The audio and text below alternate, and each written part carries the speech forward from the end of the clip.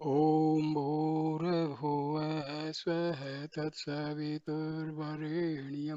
भर्गो देवस्य धीमहि धियो यो नः प्रचोदयात्। ॐ शांति शांति शांति। नमस्ते मेरे प्यारे दोस्तों। उपनिषदों के ऋषि बहुत ही सूक्ष्म दृष्टि से सोचा करते थे। वो बहुत गूढ़ और रहस्य भरी बातों को उदाहरण, अलंकार और कहानियों के द्वारा आम इंसान को समझाने की भरसक कोशिश किया करते थे।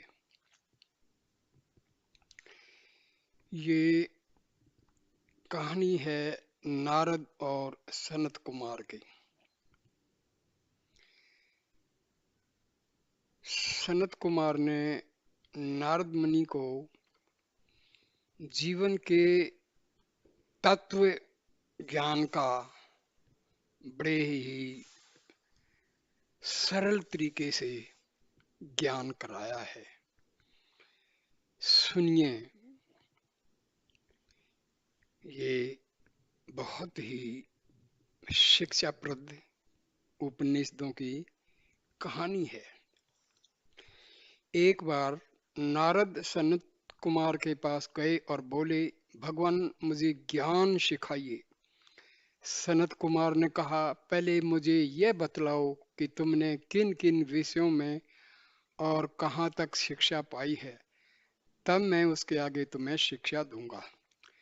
नारद बोले, भगवान मैंने इतने विषयों का अध्ययन किया है, जैसे कि ऋग्वेद, यजुर्वेद, सामवेद, अथर्ववेद, इतिहास, पुराण, व्याकरण, कर्मकांड विद्या, गणित, राशि, देव विद्या, विधि, काल गणना विद्या, तर्क शास्त्र, वाको वाक्य विद्या, नीति शास्त्र, एकायन, देव विद्या, ब्रह्म विद्या, भूत विद्या, अक्षत्र विद्या, नक्षत्र विद्या, सर्प विद्या तथा देवजन विद्या, ललित कला। इन विषयों के मंत्रों और शब्दों का ज्ञान मुझे है, अर्थात मैं उनके वाक्यों और शब्दों का अर्थ समझता हूँ, पर उनका तात्विक ज्ञान मुझे नहीं है। मैंने सुना है कि सांसारिक शोकों से पीड़ित व्यक्ति आपके समान ज्ञानियों के निकट शोकों में छुटकारा पाता है। मेरी आपसे यह प्रार्थना है कि मुझे दुख शोक से पार उतारिए। सनत कुमार ने नारद से कहा, हे नारद, तुमने जो कुछ सीखा वह नाम मात्र है। जितनी भी विद्याओं का उल्लेख तुमने किया है, उनका केवल मात्र शाब्दिक अर्थ जानकर एक प्रकार से उनके नामों की ही उपासना तुमने की है। इसका भी कुछ महत्व अवश्य है। जो व्यक्ति ब्रह्म की उपासना नाम रूप में करते हैं, वे जब जैसा चाहें वैसा करने में समर्थ होते हैं। नारद ने पूछा, भगवान क्या कोई ऐसा भी तत्व है जो नाम से बड़ा है? सनत कुमार ने उत्तर दिया, हाँ, एक तत्व ऐसा है जो नाम से भी बड़ा है। वह तत्व क्या है भगवान? क्या आप मुझे बतलाने की कृपा करेंगे? सनत कुमार ने उत्तर दिया, वाणी नाम से बड़ी है।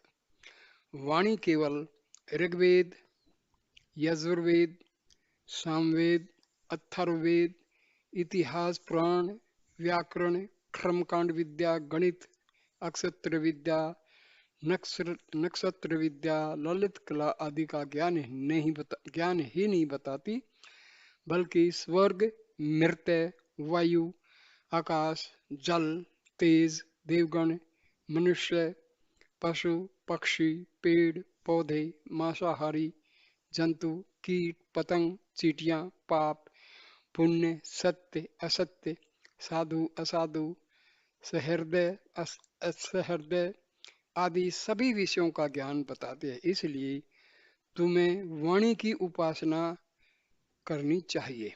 जो व्यक्ति वाणी को ब्रह्म मानकर उपासना करता है वह वाणी लोक को प्राप्त होता है और जैसा चाहता है वैसा करने में समर्थ होता है। नारद ने पूछा, क्या कोई तत्व ऐसा भी है जो वाणी से भी बड़ा है? सनत कुमार ने उत्तर दिया, हाँ, एक तत्व ऐसा है जो वाणी से भी बड़ा है। वह क्या है भगवान, क्या आप मुझे बताने की कृपा करेंगे? सनत कुमार ने कहा, मन वाणी से श्रेष्ठ है। जिस प्रकार दो आंवले, दो बेर या दो हर्रे मुट्ठी के अंदर बंद कर लिए जाते हैं, उसी प्रकार मन की मुट्ठी के भीतर नाम और वाणी भी बंद हैं। किसी के मन में जब मंत्रों का अध्ययन करने का विचार उत्पन्न होता है तो वह अध्ययन करने लगता है। जब उसके मन में काम करने का संकल्प उठता है तो वह काम करने लगता है। जब वह पशुओं को पालने या संतान उत्पन्न करने की इच्छा करता है तो वैसा ही करने में समर्थ होता है। जब वह किसी विशेष लोक की प्राप्ति के लिए मन में दृढ़ संकल्प करता है तो वह उस लोक को अवश्य प्राप्त कर लेता है। मन ही आत्मा है, मन ही लोक है, मन ही ब्रह्म है।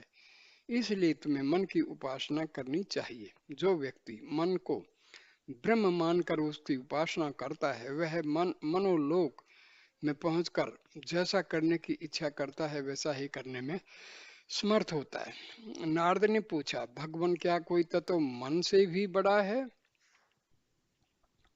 हाँ, एक तत्व ऐसा है जो मन से भी बड़ा है। वह तत्व क्या है, क्या आप मुझे बताने की कृपा करेंगे? सनत कुमार ने कहा, संकल्प मन से भी बड़ा है। जब कोई व्यक्ति किसी बात के लिए संकल्प करता है तो उसे पा जाता है। वह वाणी को नाम से अभिभूत करता है। उस नाम द्वारा मंत्र अपने को व्यक्त करते हैं और मंत्रों में समस्त कर्म निहित रहते हैं। उन सब कर्मों का आधार संकल्प ही है। उनकी आत्मा संकल्प ही है और वे संकल्प ही में निवास करते हैं। स्वर्ग और मृत संकल्प द्वारा ही संयुक्त हैं। वायु और आकाश भी संकल्प द्वारा ही एक दूसरे से मिले हुए हैं। जल और तेज भी संकल्प के ही कारण परस्पर सम्मिलित हैं। उनके योग से वर्ष बनता है। वर्ष के संकल्प से अन्न की उत्पत्ति होती है। अन्न से प्राणियों का जन्म होता है। प्राणियों से मंत्रों की उत्पत्ति होती है। मंत्रों के संकल्प से कर्मकांड होते हैं। कर्म कांडों से कर्म फल की उत्पत्ति होती है। कर्म फल से लोगों का जन्म होता है। लोगों के संकल्प से ही सब कुछ उत्पन्न होता है। इसलिए तुम संकल्प की उपासना किया करो।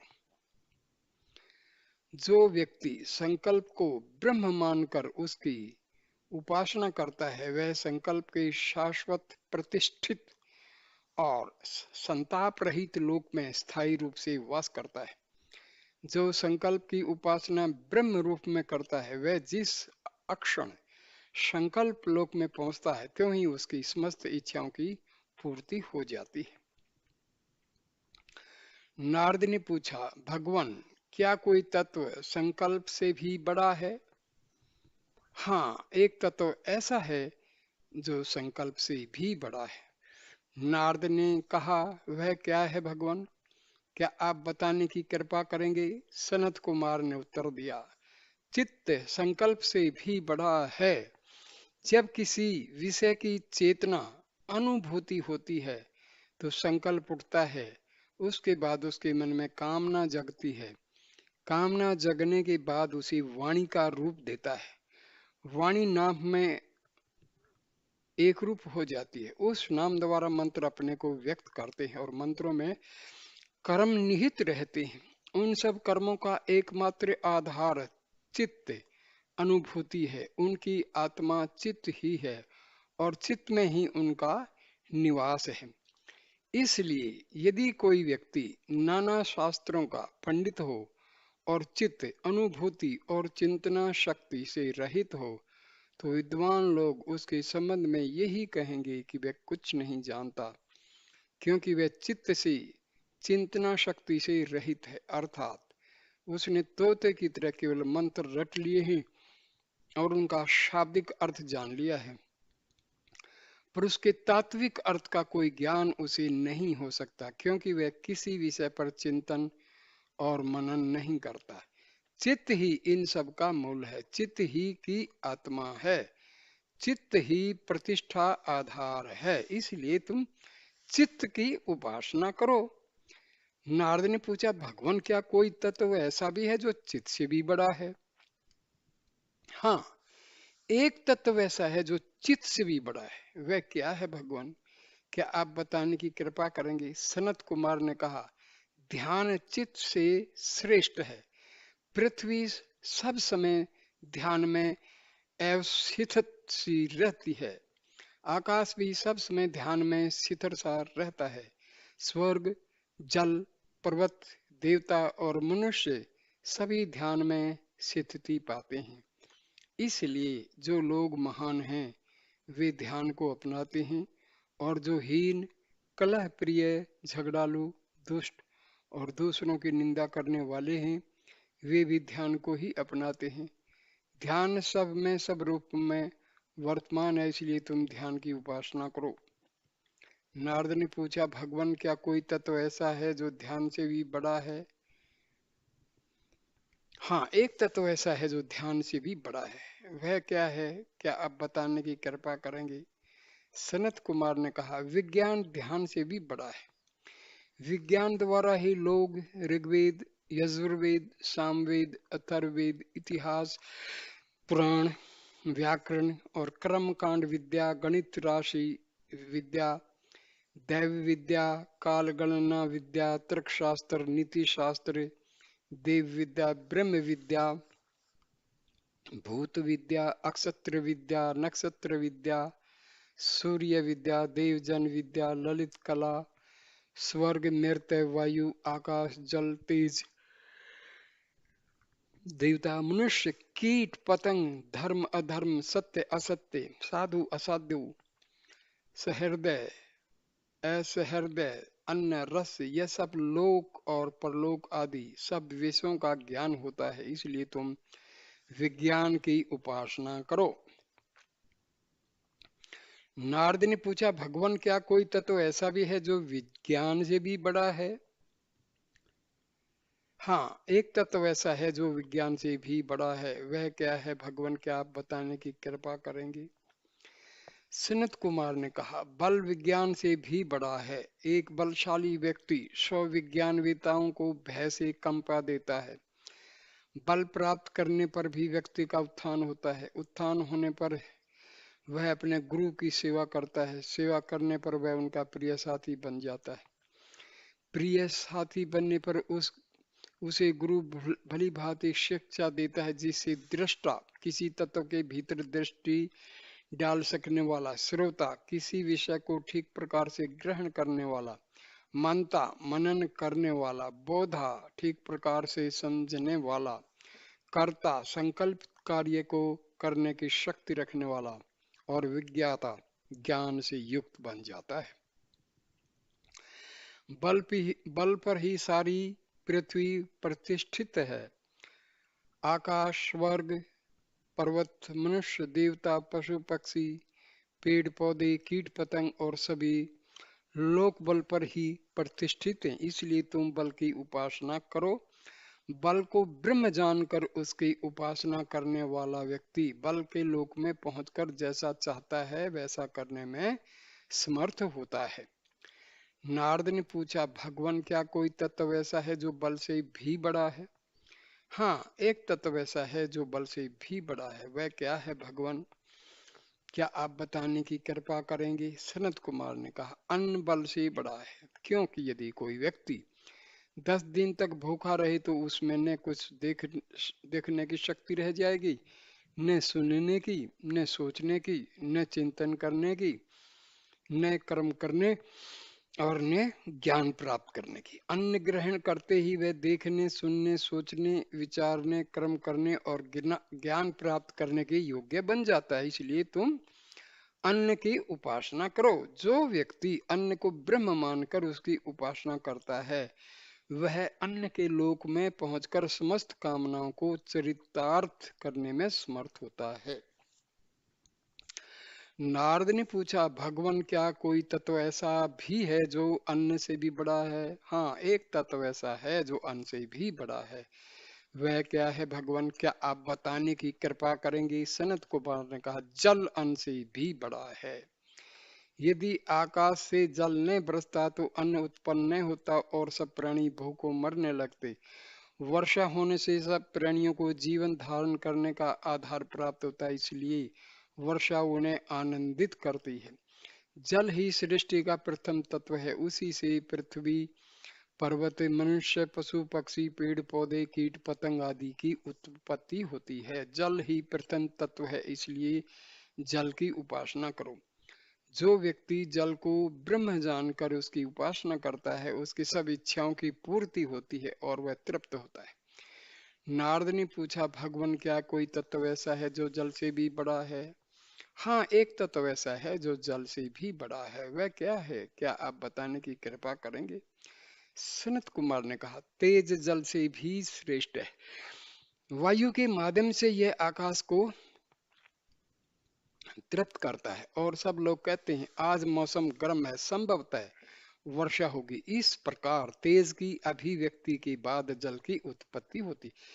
जब आकाश में वज्र गर्जन करता है और बिजली कौंधती है तो लोग कहते हैं बिजली चमक रही है, बादल गरज रहे हैं, वर्षा होगी, ऐसा जान पड़ता है। इस प्रकार तेज के बाद जल की सृष्टि होती है। तुम तेज की उपासना करो। जो तेज को ब्रह्म मानकर उसकी उपासना करता है वह तेजों में और प्रकाश में लोक में निवास करता है। तेज के लोक में पहुंचने पर उसकी सब इच्छाओं की पूर्ति हो जाती है। नारद ने पूछा, भगवान क्या कोई ऐसा तत्व भी है जो तेज से भी बड़ा है? हाँ, एक तत्व ऐसा है जो तेज से भी बड़ा है। वह क्या है, क्या आप बताने की कृपा करेंगे? सनत कुमार ने कहा, आकाश तेज से भी श्रेष्ठ है। सूर्य और चंद्रमा आकाश ही में स्थित हैं और तारे, बिजली और तेज भी उसी में निवास करते हैं। लोग आकाश के माध्यम से ही सुन पाते हैं, आकाश के माध्यम से ही देख पाते हैं। वे आकाश के कारण ही आनंद की अनुभूति में रहते हैं और आकाश के कारण ही नहीं रमते, अर्थात मृत्यु और विनाश का कारण भी आकाश ही है। आकाश से ही उनकी उत्पत्ति होती है और आकाश में ही वे विलीन होते हैं। तुम आकाश की उपासना किया करो। जो व्यक्ति आकाश को ब्रह्म मानकर उसकी उपासना करता है वह ऐसे अतीन्द्रिय और प्रकाश में लोक में पहुंचता है जो जहाँ रोग, शोक, दुख, दारिद्र्य का लेस भी नहीं रहता, उसकी सब इच्छाओं की पूर्ति होती है। नारद ने पूछा, भगवान क्या कोई ऐसा तत्व भी है जो आकाश से भी बड़ा है? हाँ, एक तत्व ऐसा है जो आकाश से भी बड़ा है। वह क्या है, क्या आप बताने की कृपा करेंगे? सनत कुमार ने कहा, स्मृति आकाश से भी श्रेष्ठ है। यदि बहुत व्यक्ति हों और उनके संबंध में कोई स्मृति मन में न बनी रहे तो उनकी कोई बात ही नहीं सुनी जा सकती है, न सोची जा सकती है। पर जब उनकी स्मृति मन में बनी रहती है तो उनकी बात सुनी जा सकती है, उन्हें जाना जा सकता है। स्मृति से ही पिता अपनी संतान को पहचान पाता है और स्मृति से ही पशु पहचाने जा सकते, इसलिए तुम स्मृति की उपासना करो। जो व्यक्ति स्मृति को ब्रह्म मानकर उसकी उपासना करता है वह स्मृति लोक में पहुंचकर अपनी सभी इच्छाओं को पूरा कर लेता है। नारद ने पूछा, भगवान क्या कोई तत्व ऐसा भी है जो स्मृति से भी बड़ा है? हाँ, एक तत्व ऐसा है जो स्मृति से भी बड़ा है। वह क्या है, क्या आप बताने की कृपा करेंगे? आशा स्मृति से भी श्रेष्ठ है। आशा की प्रेरणा से ही स्मृति मंत्रों का उच्चारण कर पाती है, सभी प्रकार के वैदिक कर्मकांड करती है, संतति और पशुओं की आकांक्षा करती है और विभिन्न लोगों को प्राप्त करने की इच्छा रखती है, इसलिए तुम आशा की उपासना करो। जो व्यक्ति आशा को ब्रह्म मानकर उसकी उपासना करता है उसकी सब इच्छाएं चरितार्थ होती हैं, उसके सब आशीर्वाद फलते हैं। नारद ने पूछा, भगवान क्या कोई तत्व ऐसा है जो आशा से भी बड़ा है? हाँ, एक तत्व ऐसा है जो आशा से भी बड़ा है, वह क्या है कि आप बताने की कृपा करें। सनत कुमार ने कहा, प्राण आशा से भी श्रेष्ठ है। जिस प्रकार पहिए के सब अरे उसके केंद्र में स्थित नाभि से जुड़े रहते हैं, उसी प्रकार सभी तत्व प्राण से जुड़े रहते हैं। प्राण वायु प्राण तत्व द्वारा संचालित होती है। प्राण तत्व ही प्राण जीवन दान करता है। प्राण ही जीवों को जीवित करता है। प्राण ही सबका पिता है। प्राण ही माता है। प्राण ही भाई है। प्राण ही बहन है। प्राण ही गुरु है और प्राण ही ब्राह्मण है। इसलिए यदि कोई अपने पिता से या माता से, भाई से, बहन से, गुरु से या ब्राह्मण से कोई अपशब्द कहता है, तो लोग उससे कहते हैं, तुम्हें धिक्कार है कि तुम पितृघाती, पिता की हत्या करने वाला हो। तुम मातृघाती हो, मातृघाती हो, बहन की हत्या करने वाले हो, गुरु हंता हो, ब्राह्मण घाती हो। पर जब प्राण उन्हीं व्यक्तियों का साथ छोड़कर चला जाता है और उनकी मृत्यु हो जाती है और उनका मृत शरीर चिता पर रख दिया जाता है, तो उन्हें अच्छी तरह जलाने के उद्देश्य से यदि शूल से भी खरोंचा जाता है, तो कोई यह नहीं कहता कि यह व्यक्ति पितृघाती है या मातृघाती है या भ्रातृघाती है, गुरुघाती, ब्राह्मण घाती आदि है। वास्तव में ऐसा प्राण ही है जो अपने संबंधियों को इस रूप में देखता है, इस रूप में मानता है और इस रूप में जानता है, तो वह अतिवादी कहलाता है। वह किसी के पूछने पर इस बात को नहीं छिपाता कि वह अतिवादी है। नारद ने जब सनत कुमार का तत्वोपदेश यहाँ तक सुन लिया तो उन्हें संतोष हो गया और उसके बाद उन्होंने फिर कोई प्रश्न नहीं पूछा। पर सनत कुमार ने यह जानकर कि वह योग्य शिष्य है, उन्हें और भी अधिक ज्ञानोपदेश देने का निश्चय किया। सनत कुमार ने कहा, वास्तव में अतिवादी वह है जो सत्य ज्ञान द्वारा प्रेरित होकर विश्वास के साथ ये कह सकता है, सोहम, वह मैं ही हूँ, अर्थात अनंत प्राण में आत्मा जो कुछ है वही मैं हूँ। तब नारद ने कहा, भगवान मैं सत्य ज्ञान की प्राप्ति द्वारा अतिवादी बनना चाहता हूँ। सनत कुमार बोले, सत्य निश्चय ही जिज्ञासा के योग्य है। नारद ने कहा, मैं निश्चय ही उसकी जिज्ञासा करता हूँ, उसके संबंध में निश्चित बातें जानना चाहता हूँ। सनत कुमार बोले, जब कोई व्यक्ति सत्य को जान लेता है तब वह सत्य बोलता है। सत्य न जानने वाला सत्य नहीं बोल सकता। विज्ञाता, जानने वाला ही सत्य को अपनाता, इसलिए विज्ञान जिज्ञासा के योग्य है। नारद ने कहा, मुझे उसी विज्ञान की जिज्ञासा है। सनत कुमार बोले, जिसकी मति ज्ञान प्राप्त करने की और होती है वह सत्य को जानता है। जिसकी मति ही इस ओर नहीं है वह सत्य को कैसे जान सकता है। केवल मतिवान ही सत्य को प्राप्त करने की योग्यता रखता है, इसलिए मति जिज्ञासा के योग्य है। नारद ने कहा, भगवान मुझे उसकी जिज्ञासा है। सनत कुमार बोले, मति तभी होती है जब श्रद्धा होती है। श्रद्धाहीन व्यक्ति ही मति की ज्ञान प्राप्ति की ओर नहीं हो सकती, इसलिए श्रद्धा जिज्ञासा के योग्य है। नारद ने कहा, भगवान मैं श्रद्धा की जिज्ञासा रखता हूँ। सनत कुमार बोले, श्रद्धा तभी होती है जब गुरुजनों के प्रति निष्ठा, भक्ति भाव रहती है। निष्ठा रहित व्यक्ति के मन में कभी श्रद्धा उत्पन्न नहीं हो सकती, इसलिए निष्ठा जिज्ञासा के योग्य है। नारद ने कहा, भगवान मुझे उसकी जिज्ञासा है। सनत कुमार बोले, जो व्यक्ति अपनी वासनाओं को शांत रख सकता है वह वही निष्ठा रख सकता है। उच्छृंखल प्रवृत्तियों वाला व्यक्ति कभी निष्ठा नहीं कर सकता। शांति ही निष्ठा को उत्पन्न करती है, इसलिए शांति जिज्ञासा के योग्य है। नारद ने कहा, भगवान मुझे उस शांति की जिज्ञासा है। सनत कुमार बोले, जब कोई व्यक्ति सुख का अनुभव करता है तभी उसे शांति मिल सकती है। जिसे सुख प्राप्त नहीं होता उसे शांति कैसी मिल सकती है। इसलिए सुख जिज्ञासा के योग्य है। नारद ने कहा, भगवान मुझे उसी सुख की जिज्ञासा है। सनत कुमार बोले, जो भूमा असीम और विराट है वही सुख है। जो अल्प ससीम है वह सुख नहीं हो सकता। भूमा ही सुख है, इसलिए भूमा जिज्ञासा के योग्य है। नारद ने कहा, भगवान मुझे उसकी जिज्ञासा है। सनत कुमार बोले, जिसे न कोई दे सकता है, न सुन सकता है, न जान सकता है, वही भूमा है। जिसे देखा जा सकता है, सुना जा सकता है और जाना जा सकता है, वह अल्प है। भूमा अमृत अम्र है और अल्प मृत है। नारद ने पूछा, भगवान भूमा कहाँ पर या किस पर प्रतिष्ठित है? सनत कुमार ने उत्तर दिया, वह स्वयं अपनी महिमा पर ही प्रतिष्ठित है। पर यदि तुम यह प्रश्न करो कि वह महिमा क्या है, तो मुझे कहना पड़ेगा कि वह महिमा पर प्रतिष्ठित नहीं है। कारण संसारी पुरुषों के मन में यह धारणा बनी हुई है कि गाय, घोड़े, हाथी, सोना, दास, पत्नी, बड़ी जमींदारी, इन्हीं पर महिमा निर्भर करती है। मेरा आशय इस प्रकार की महिमा से कदापि नहीं है। केवल पूर्णतया स्वतंत्र वस्तु एक दूसरे पर प्रतिष्ठित हो सकती है। भूमा की वह महिमा पूर्णतया स्वतंत्र और साथ ही कल्पनातीत और अनंत है। उसका विस्तार नीचे फैला हुआ है और ऊपर फैला हुआ है। वह सामने की ओर व्याप्त है और पीछे की ओर भी अपने को फैलाए हुए है। उसका विराट स्वरूप दक्षिण में फैला हुआ है और उत्तर में भी प्रसारित है। वास्तविक में सर्वत्र उसी की व्याप्ति है।